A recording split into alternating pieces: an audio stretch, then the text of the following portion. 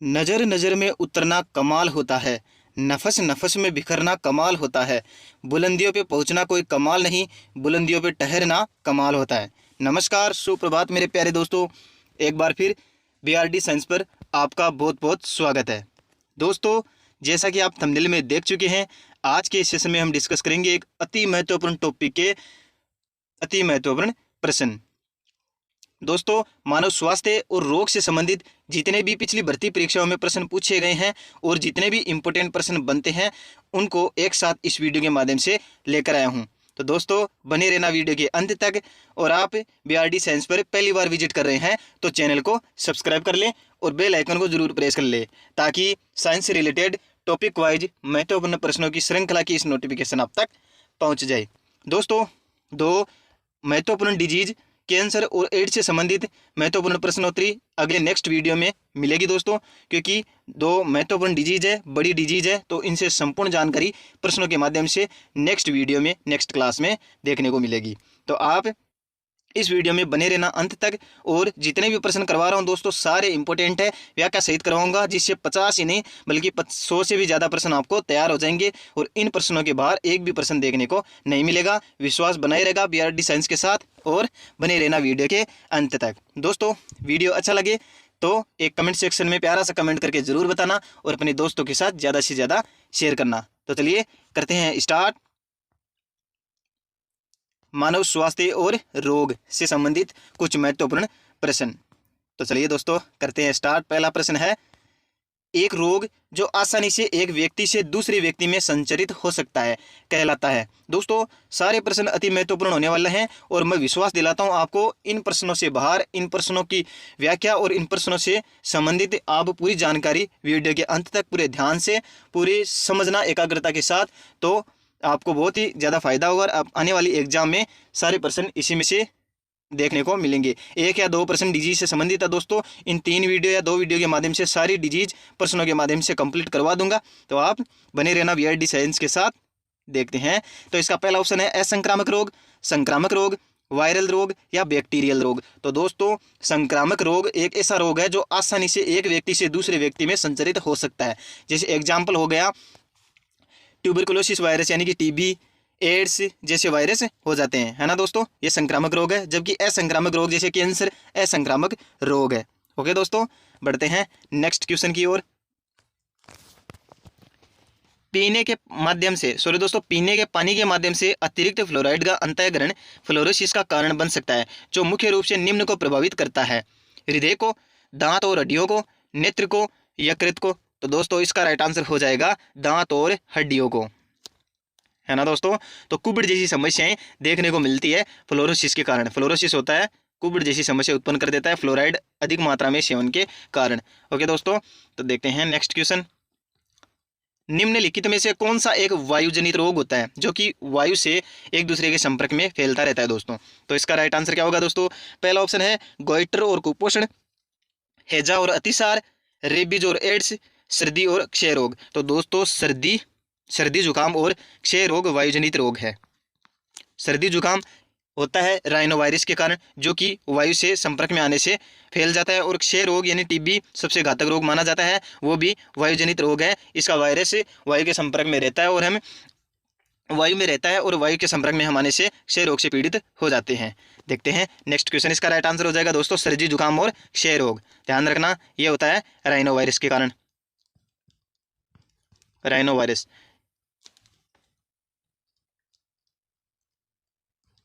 Rhino विषाणु के कारण, ध्यान रखना दोस्तों, यह हो जाएगा ट्यूबरकुलोसिस के द्वारा। ओके, देखते हैं नेक्स्ट क्वेश्चन। इटाई रोग किसके कारण होता है?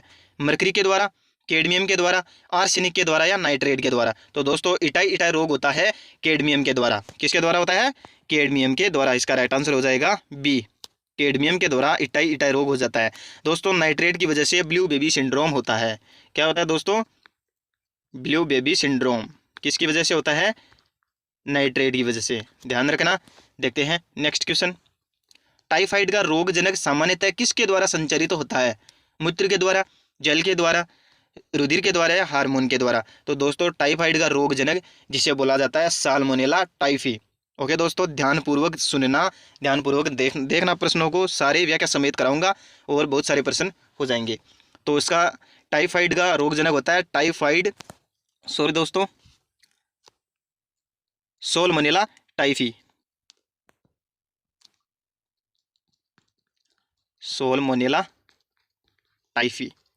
वेरी इंपॉर्टेंट करना है दोस्तों, कई बार पूछा जाता है, टाइफाइड से संबंधित बहुत बार पूछा जा चुका है एक क्वेश्चन, रोगजनक।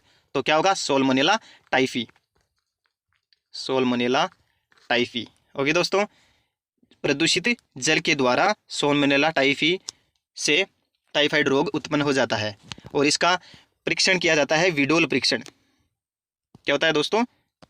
विडोल परीक्षण। तो आप ध्यान रखना, विडोल परीक्षण किया जाता है। दो इंपॉर्टेंट प्रश्न बनते हैं, प्रदूषित जल से ये फैलता है और सोलमोनेला टाइफी रोगजनक होता है इसका, और विडोल परीक्षण इसमें किया जाता है। तीन इंपॉर्टेंट प्रश्न ध्यान रखना, कई बार पूछा जा सकता है, इसका परीक्षण से संबंधित भी कई बार पूछा गया एग्जाम में, तो आप ध्यान रखना। बढ़ते हैं नेक्स्ट क्वेश्चन की ओर। टाइफाइड के सामान्य लक्षण है उच्च ज्वर और कमजोरी, ये कथन सही है दोस्तों, ये इसका सामान्य लक्षण है, उच्च ज्वर और कमजोरी। पेट दर्द और कमजोरी, सॉरी दोस्तों, पेट दर्द और कब्ज टाइफाइड का सामान्य लक्षण है। सिर दर्द और भूख की कमी होती है, ये भी इसका सामान्य लक्षण है। उपरोक्त सभी इसके राइट आंसर हो जाएंगे। टाइफाइड के सामान्य लक्षण उपरोक्त सभी है, ध्यान रखना। देखते हैं नेक्स्ट क्वेश्चन। टाइफाइड के निदान के लिए किस तकनीक का उपयोग किया जाता है? एलाइजा, विडोल, एमआरआई, सॉरी दोस्तों एमआरआई, सीटी स्कैन। तो इसका राइट आंसर होगा दोस्तों विडोल परीक्षण। वेरी इंपॉर्टेंट करना दोस्तों, नीट में भी कई बार पूछा गया प्रश्न और आपके एग्जाम में भी पूछे जाने की पूरी संभावना है। तो सारे प्रश्न अति महत्वपूर्ण होने वाले हैं, बने रहना वीडियो के अंत तक। और एलाइजा परीक्षण किया जाता है एड्स के उपचार के लिए, है ना दोस्तों। वेरी वेरी इंपॉर्टेंट करना है, दोनों कथनों का आप ध्यान रखना। एड्स के उपचार के लिए, निदान के लिए एलाइजा परीक्षण, विडोल परीक्षण किया जाता है टाइफाइड के निदान के लिए। ओके, बढ़ते हैं नेक्स्ट क्वेश्चन की ओर। निम्नलिखित में से कौन से रोगों का समूह जीवाणु के द्वारा उत्पन्न किया जाता है? कोलेरा और टिटेनस, टाइफाइड और चेचक, टिटेनस और मम्पस, हर्पीज और इन्फ्लुएंजा। तो दोस्तों कोलेरा और टिटेनस जीवाणु के द्वारा उत्पन्न होने वाले रोग हैं, कोलेरा और टिटेनस। इसका हो जाएगा विब्रियो कोलेरी, विब्रियो कोलेरी। ध्यान रखना दोस्तों, क्या हो जाएगा? Vibrio cholerae. दो इंपॉर्टेंट प्रश्न करवाऊंगा, ध्यान रखना। विब्रियो कोलेरी, हेजा बोला जाता है जिसे, कोलेरा किसे बोला जाता है? हेजा को। विब्रियो कोलेरी के द्वारा होता है। टिटेनस होता है क्लोस्ट्रीडियम टिटेनाई के द्वारा। किसके द्वारा? क्लोस्ट्रीडियम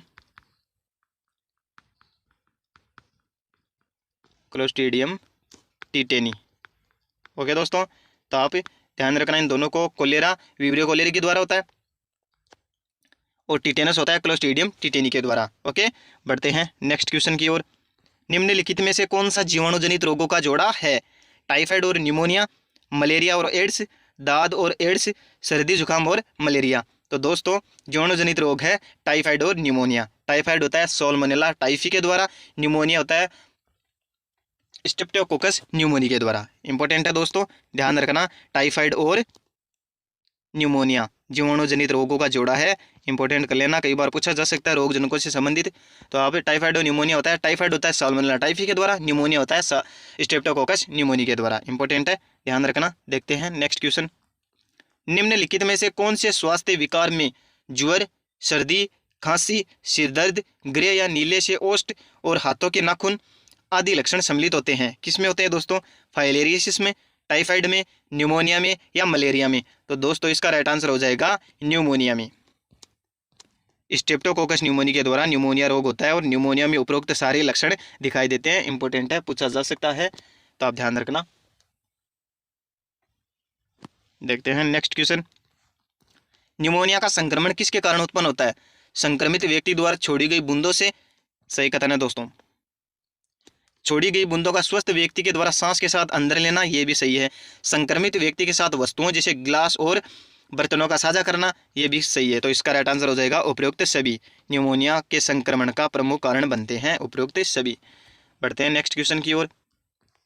सारी डिजीज को इन प्रश्नों के माध्यम से कंप्लीट करवा दूंगा दोस्तों, इनसे बाहर एक भी प्रश्न देखने को नहीं मिलेगा, तो बने रहना वीडियो के अंत तक। राइनो वायरस उत्पन्न करता है मलेरिया, सामान्य सर्दी जुकाम, टाइफाइड या न्यूमोनिया? तो दोस्तों राइनो वायरस उत्पन्न करता है सामान्य सर्दी जुकाम, जो कि नाक और श्वसन पथ को प्रभावित करता है, न कि फेफड़ों को। सामान्य सर्दी जुकाम किस वायरस की वजह से होता है? राइनो वायरस की वजह से। इंपॉर्टेंट करना दोस्तों। और किसको प्रभावित करता है? नाक और श्वसन को, नाक और श्वसन पथ को।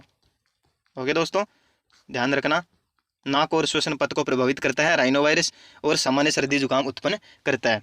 देखते हैं नेक्स्ट क्वेश्चन। निम्नलिखित में से कौन सा विषाणु संक्रमित पुरुष के सीमन के द्वारा संचरित नहीं होता है?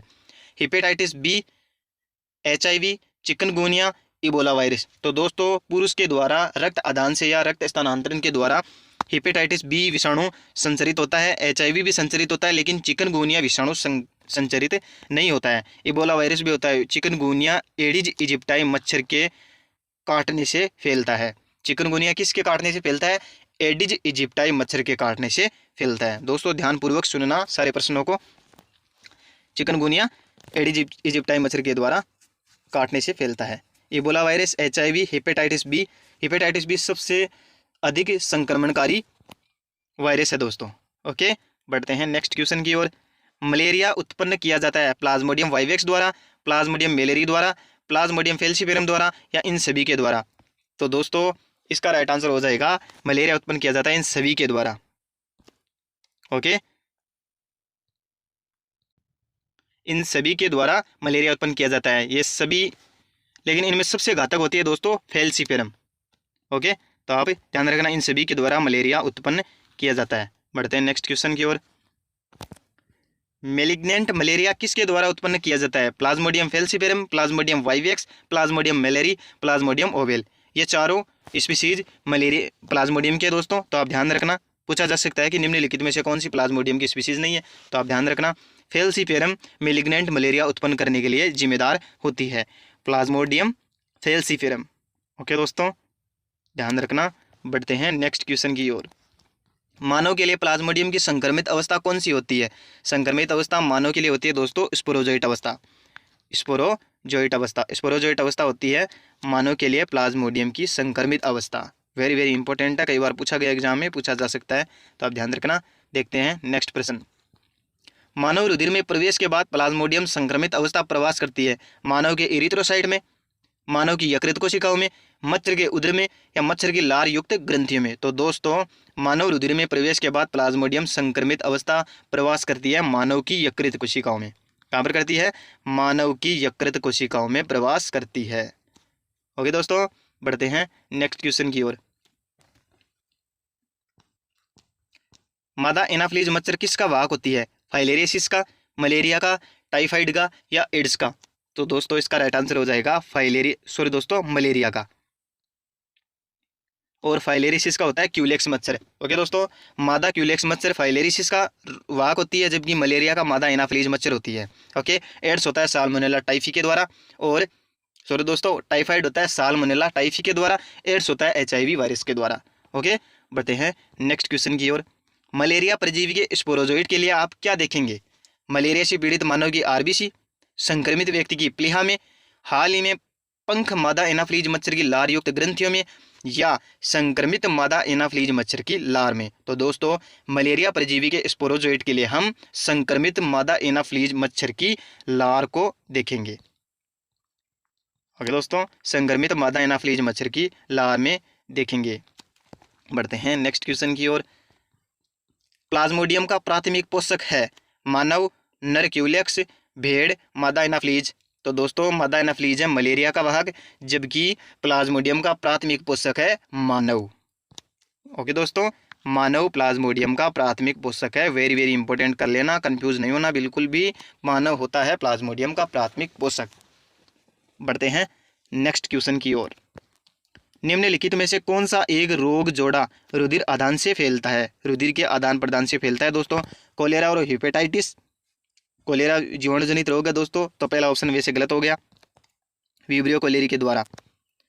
हेपेटाइटिस और एड्स दोनों संक्रामक रोग है जो कि रुधिर आदान से फैलते हैं। ये इसका राइट आंसर है, हेपेटाइटिस और एड्स रुधिर आदान से फैलते हैं। डायबिटीज मेलाइटिस और मलेरिया ये प्रोटोजोआ जनित रोग है दोस्तों।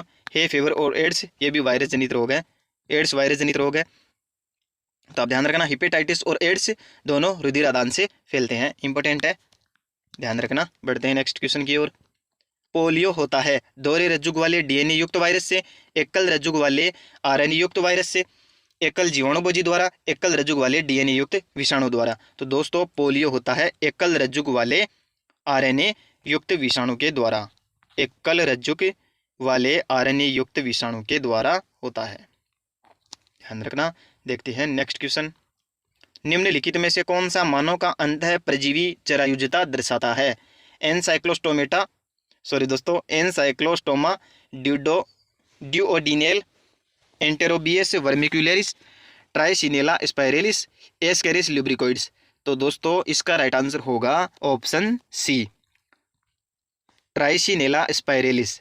ट्राइसिनेला स्पाइरेलिस एक मानव में अंतः परजीवी जरायुजता दर्शाता है। यह आंत में जाकर सहवास करता है और सहवास के दौरान, सहवास के उपरांत नर की मृत्यु हो जाती है और मादा लार्वा उत्पन्न करती है और वह लार्वा रुधिर में प्रवेश कर जाता है दोस्तों। तो इसका राइट आंसर होगा ट्राइसिनेला स्पाइरेलिस, जो कि मानव में अंतः परजीवी जरायुजता दर्शाता है।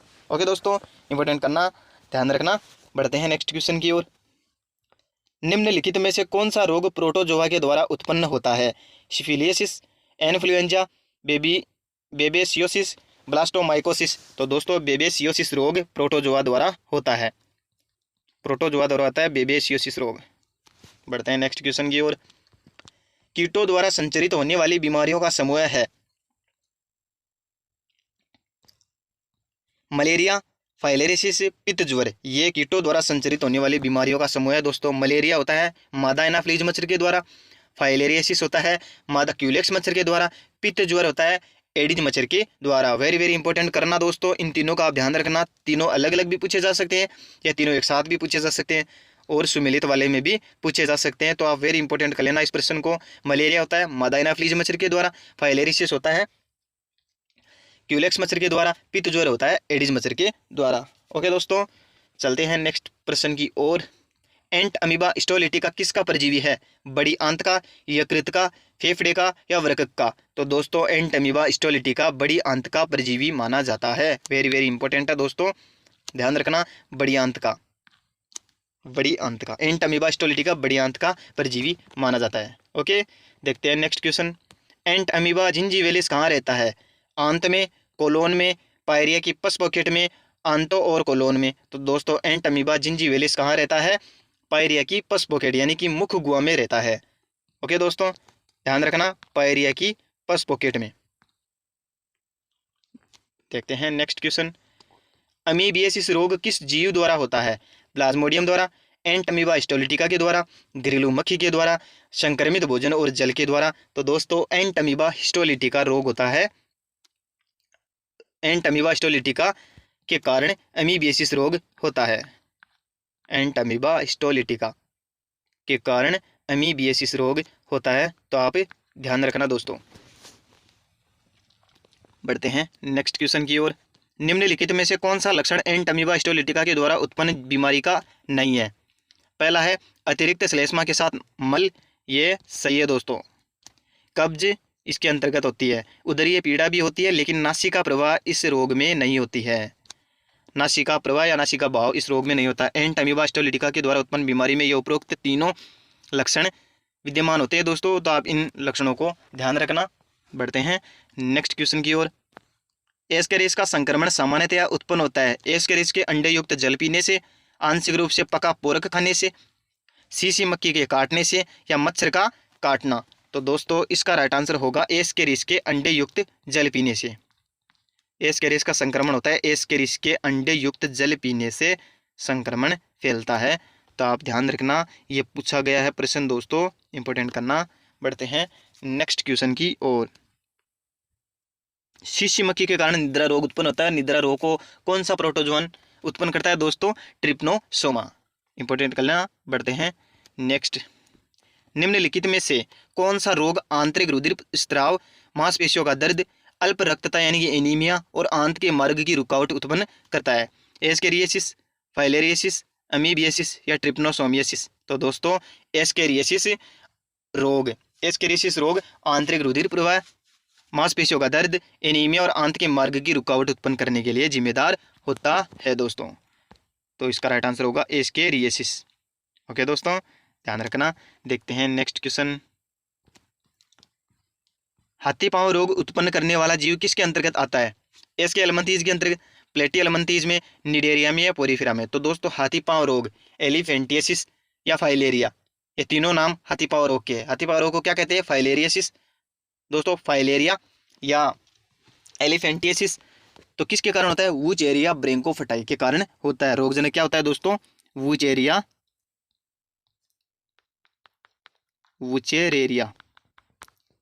ब्रैंकोफाइटाई। वेरी वेरी इंपॉर्टेंट करना दोस्तों, कई बार पूछा जा सकता है रोगजनक भी, और इस संघ से संबंधित भी पूछा गया है वुचेरिया के द्वारा। वुचेरिया ब्रैंकोफाइटाई हाथी पांव रोग उत्पन्न करता है, जो कि एस के हेलमंथीज के अंतर्गत आता है।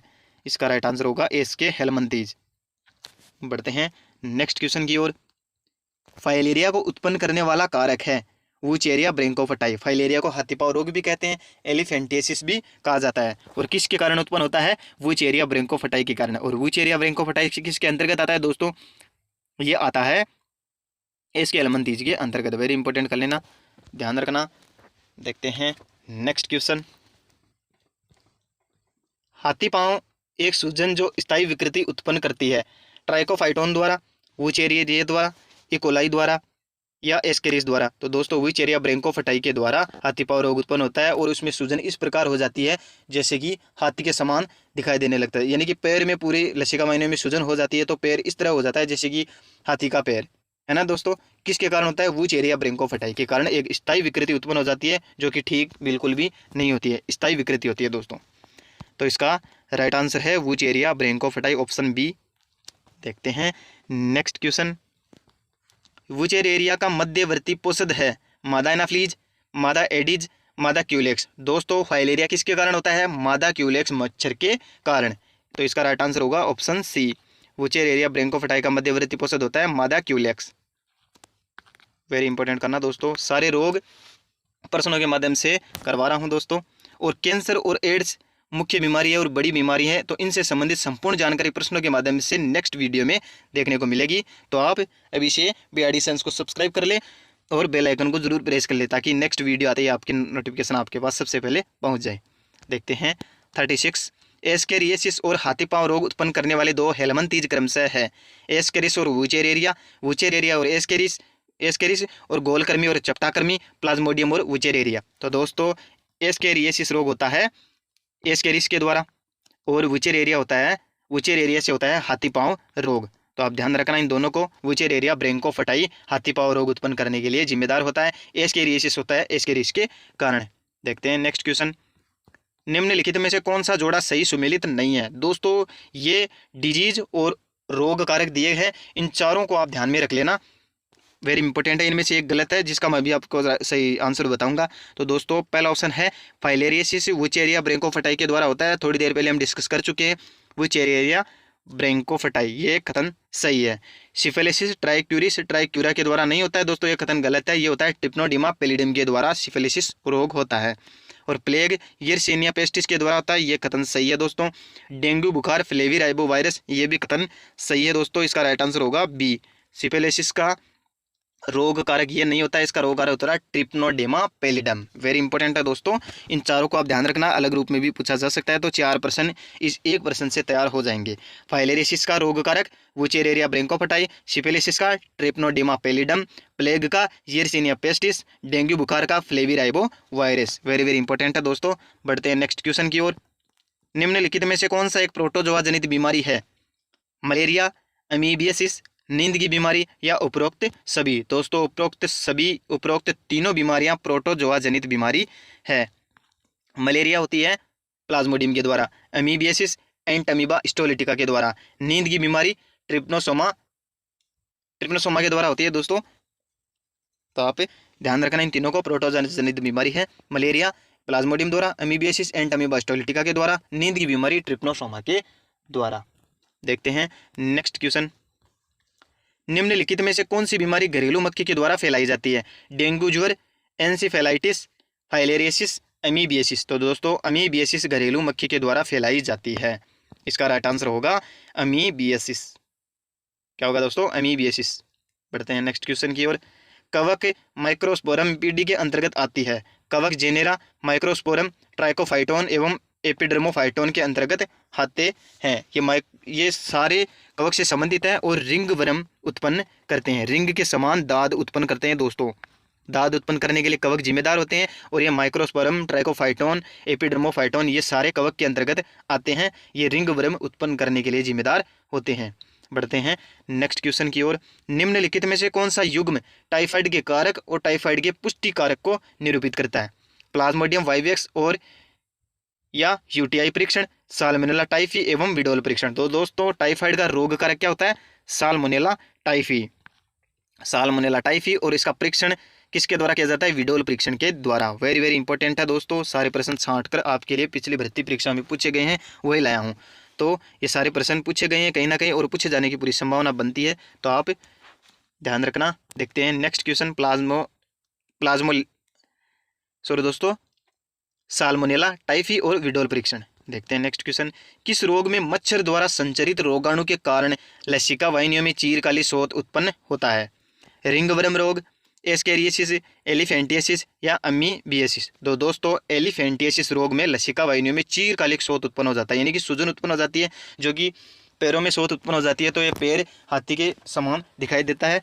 हाथी पांव रोग भी कहते हैं, जिसे फाइलेरिया रोग भी कहा जाता है, एलिफेंटियासिस रोग भी कहा जाता है। किसके कारण होता है? वुचेरेरिया ब्रोंकोफाइटाई के कारण। वेरी वेरी इंपॉर्टेंट है दोस्तों एलिफेंटियासिस रोग। बढ़ते हैं नेक्स्ट क्वेश्चन की ओर। प्लाज्मोडियम का गतिशील जाइगोट किस में पाया जाता है? मादा एनाफ्लीज की आहार नाल में, एनाफ्लीज की लार ग्रंथियों में, मानव आरबीसीज में, मानव यकृत में। तो दोस्तों मादा एनाफ्लीज की आहार नाल में पाया जाता है। ओके, देखते हैं नेक्स्ट क्वेश्चन। यकृत का सिरोसिस रोग किसके लगातार सेवन से होता है? अफीम के, एल्कोहल के, तंबाकू के या कोकीन के? तो दोस्तों एल्कोहल के सेवन से यकृत में सिरोसिस रोग हो जाता है।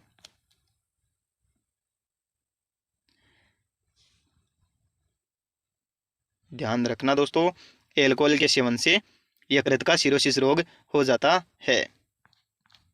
बढ़ते हैं नेक्स्ट क्वेश्चन की ओर। मानवों में दाद किससे पैदा होते हैं? कवकों से, निमेटोडों से, वायरसों से, बैक्टीरिया से? तो दोस्तों कवकों के द्वारा दाद उत्पन्न होते हैं। ध्यान रखना। देखते हैं नेक्स्ट क्वेश्चन। विडोल परीक्षण से किस रोग की पहचान की जाती है? टाइफाइड की। पहले डिस्कस कर चुके हैं दोस्तों, तो आप ध्यान रखना। विडोल परीक्षण किया जाता है टाइफाइड के लिए और एलाइजा परीक्षण किया जाता है एड्स के लिए। एड्स और कैंसर से संबंधित नेक्स्ट वीडियो में महत्वपूर्ण प्रश्नोत्तरी लेकर आऊंगा दोस्तों। निम्नलिखित में से किस एक जोड़ी की दोनों बीमारियां वायरस जनित है? टाइफाइड और क्षय रोग। क्षय रोग वायरस जनित है, लेकिन टाइफाइड जीवाणु जनित है दोस्तों। दाद कवक जनित है, एड्स वायरस जनित है। सामान्य सर्दी जुकाम वायरस जनित है, एड्स भी वायरस जनित है। पेचिस प्रोटोजोआ जनित रोग है दोस्तों, और सामान्य सर्दी जुकाम वायरस जनित है। दोस्तों दोनों वायरस जनित रोग हो जाएंगे, सामान्य सर्दी जुकाम राइनो वायरस और एड्स HIV वायरस के द्वारा। तो आप ध्यान रखना। देखते हैं नेक्स्ट क्वेश्चन। कुछ खास ऋतुओं में बढ़ते जाते दमा रोग का संबंध किससे होता है? घटता तापमान, गर्म और नमी वाला पर्यावरण, टिन के डिब्बों में परिरक्षित फलों को खाना, ऋतुपरक पराग का सांस के द्वारा भीतर जाना। तो दोस्तों ऋतुपरक पराग का सांस के साथ भीतर जाना दमा का कारण बनता है। ऋतुपरक परागों का परागकणों का सांस के साथ भीतर जाना, सांस के द्वारा भीतर जाना दमा का कारण बनता है। बढ़ते हैं नेक्स्ट क्वेश्चन की ओर। ब्लू बेबी सिंड्रोम किसके परिणाम स्वरूप होता है? तो दोस्तों मेटा हीमोग्लोबिन के कारण ब्लू बेबी सिंड्रोम उत्पन्न होता है और नाइट्रेट की वजह से भी होता है। तो आप ध्यान रखना, मेटा हीमोग्लोबिन इसका राइट आंसर है। बढ़ते हैं नेक्स्ट क्वेश्चन की ओर। बोटुलिज्म पैदा करने वाला जीवाणु कौन सा होता है? Clostridium botulism. एक प्रश्न तैयार होगा दोस्तों, बोटुलिज्म किसके द्वारा होता है? क्लोस्ट्रीडियम बोटुलिज्म के द्वारा होता है। और यह क्या होता है? एक अविकल्पी अनोक्सीजीव, एक विकल्पी अनोक्सीजीव, एक विकल्पी ऑक्सीजीव, ये एक अविकल्पी ऑक्सीजीव। तो दोस्तों बोटुलिज्म क्लोस्ट्रीडियम बोटुलिनम के द्वारा होता है और यह क्लोस्ट्रीडियम बोटुलिनम जीवाणु एक अविकल्पी अनोक्सीजीव होता है। ओके दोस्तों, इंपॉर्टेंट कर लेना, पूछा गया एग्जाम में, पूछा जा सकता है। देखते हैं नेक्स्ट क्वेश्चन। निम्नलिखित में से कौन सा सबसे अधिक संक्रमणकारी रोग है? हेपेटाइटिस बी, एड्स, खांसी और जुकाम, मलेरिया? तो दोस्तों सबसे अधिक संक्रमणकारी रोग है हेपेटाइटिस बी। ओके दोस्तों, ध्यान रखना। आज के लिए इतना ही दोस्तों, मिलते हैं नेक्स्ट वीडियो में कैंसर और एड्स से संबंधित संपूर्ण जानकारी प्रश्नों के माध्यम से वीडियो में। तो आप बने रहना BRD साइंस के साथ। अगर आप पहली बार विजिट कर रहे हैं चैनल पर तो चैनल को सब्सक्राइब करना न भूलें और बेल आइकन को जरूर प्रेस कर लेना, ताकि साइंस से रिलेटेड टॉपिक वाइज महत्वपूर्ण प्रश्नों की श्रृंखला की नोटिफिकेशन आप तक सबसे पहले पहुंच जाए। ओके दोस्तों, मिलते हैं नेक्स्ट वीडियो में। तो आप तब तक बने रहना BRD साइंस के साथ। वीडियो कैसा लगा ये कमेंट सेक्शन में ज़रूर बताना। प्रश्नों का स्तर कैसा था, प्रश्न कैसे थे, ये वीडियो में अंत में एक कमेंट है छोटा सा प्यारा करके बताना आप कैसा है वीडियो, और अपने दोस्तों के साथ ज़्यादा से ज़्यादा शेयर करना। ओके दोस्तों, आज के लिए इतना ही। मिलते हैं नेक्स्ट वीडियो में, नेक्स्ट क्लास में अति महत्वपूर्ण प्रश्नों के साथ। जय हिंद, जय भारत।